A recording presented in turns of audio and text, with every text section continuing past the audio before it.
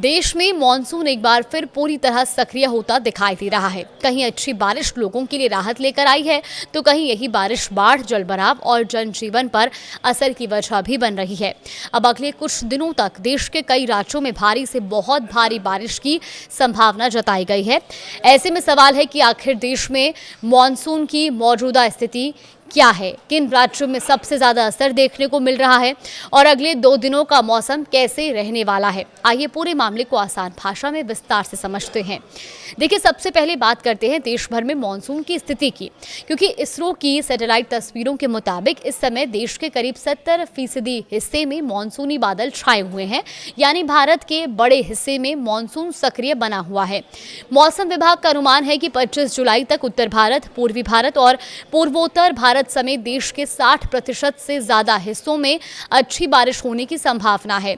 हालांकि एक दिलचस्प बात यह भी है कि इस पूरे मॉनसून सीजन में अब तक देश भर में हुई कुल बारिश सामान्य से करीब 24% कम दर्ज की गई है।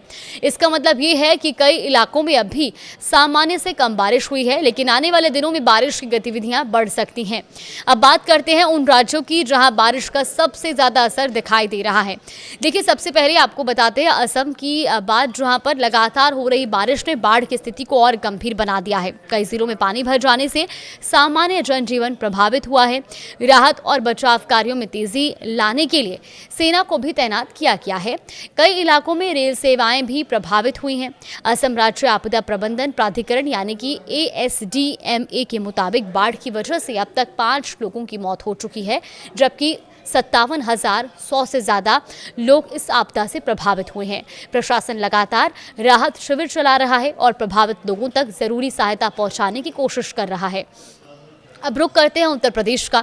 यहाँ लगातार बारिश के कारण नदियों का जलस्तर तेजी से बढ़ रहा है। खासकर वाराणसी और प्रयागराज में गंगा का जलस्तर बढ़ने से घाटों की कई सीढ़ियां पानी में डूब चुकी हैं।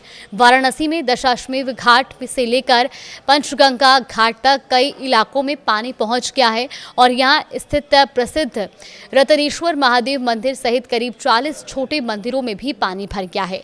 नदी किनारे रहने वाले लोगों और घाटों पर आने वाले श्रद्धालुओं से सावधानी बरतने की अपील भी की जा रही है। अब बात करते हैं राजस्थान की। देखिए, राजस्थान में फिलहाल मॉनसून की रफ्तार कुछ धीमी पड़ी है। बारिश कम होने के कारण गर्मी फिर से बढ़ने लगी है। बीकानेर संभाग के 3 जिलों में तापमान 41 डिग्री सेल्सियस से ऊपर दर्ज किया गया है। वहीं रविवार को राज्य के किसी भी हिस्से में तेज बारिश नहीं हुई। हालांकि मौसम विभाग का कहना है कि यह स्थिति ज्यादा दिनों तक नहीं रहेगी। सोमवार के लिए राज्य के 24 जिलों में येलो अलर्ट भी जारी किया गया है और ये अलर्ट अगले 3 दिनों तक प्रभावी रहेगा।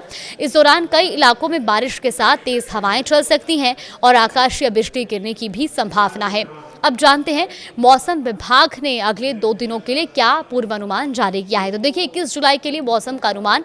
सबसे पहले बात कर लेते हैं रेड अलर्ट वाले राज्यों की। तो देखिए, रेड अलर्ट है जम्मू कश्मीर और हिमाचल प्रदेश में भारी से बहुत भारी बारिश का रेड अलर्ट जारी किया गया है। इन इलाकों में भूस्खलन और अचानक जल भराव जैसी स्थितियां बन सकती हैं। वहीं पंजाब, हरियाणा, चंडीगढ़, दिल्ली, उत्तराखंड और पश्चिमी उत्तर प्रदेश में ऑरेंज अलर्ट जारी किया गया है। यहाँ भारी बारिश की संभावना है। इसके अलावा पूर्वी उत्तर प्रदेश, बिहार, असम, मेघालय, सिक्किम, पश्चिम बंगाल, पूर्वी राजस्थान, मध्य प्रदेश, छत्तीसगढ़, झारखंड, नागालैंड, मणिपुर, मिजोरम, त्रिपुरा और महाराष्ट्र में भी कई स्थानों पर भारी बारिश होने का अनुमान है।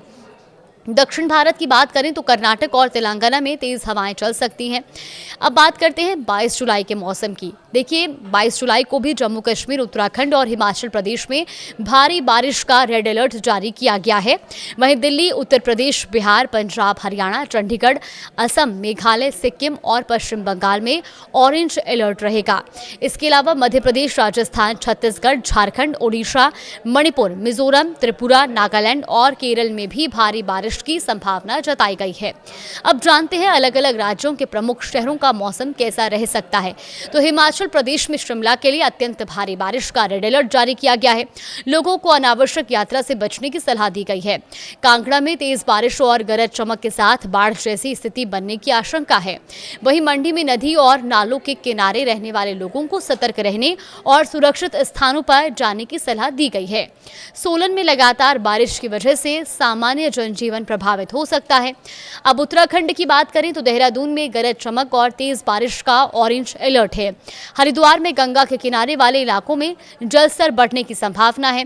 पौड़ी गढ़वाल में भूस्खलन संभावित क्षेत्रों में अतिरिक्त सतर्कता बरतने को कहा गया है। उत्तरकाशी में ऊंचाई वाले इलाकों में भारी से बहुत भारी बारिश जारी रहने का अनुमान है। वहीं उत्तर प्रदेश में लखनऊ में भारी बारिश और तेज हवाएं चल सकती हैं।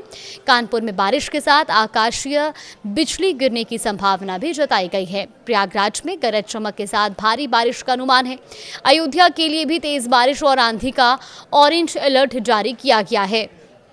अब महाराष्ट्र की बात करें तो मुंबई और पूरे कोंकण क्षेत्र में मॉनसून सक्रिय रहेगा और मध्यम से भारी बारिश जारी रहने की संभावना है।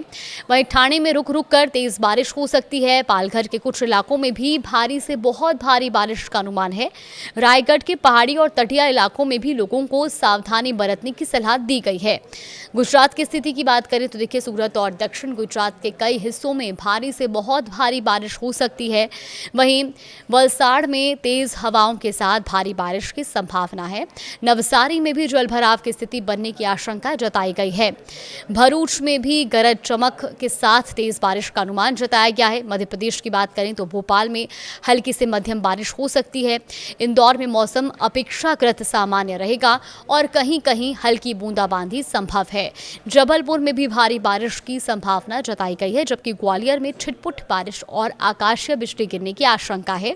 तो कुल मिलाकर आने वाले 2 से 3 दिन देश के कई हिस्सों के लिए मौसम के लिहाज से महत्वपूर्ण रहने वाले हैं। जहां कुछ राज्यों में अच्छी बारिश से गर्मी से राहत मिलेगी, तो वहीं कई इलाकों में भारी बारिश, बाढ़, जलभराव, तेज हवाओं और आकाशीय बिजली जैसी परिस्थितियां भी बन सकती हैं। ऐसे में अगर आपके इलाके के लिए मौसम विभाग ने कोई अलर्ट जारी किया है तो प्रशासन की सलाह का पालन करें, अनावश्यक यात्रा से बचें, नदी नालों और जलभराव वाले क्षेत्रों से दूर रहें और मौसम से जुड़ी आधिकारिक जानकारी पर ही भरोसा करें। IMD की ओर से भी पल पल की अपडेट्स दी जाती हैं। अब वहां से भी अपने शहर, अपने जिले के बारे में अपडेट ले सकते हैं।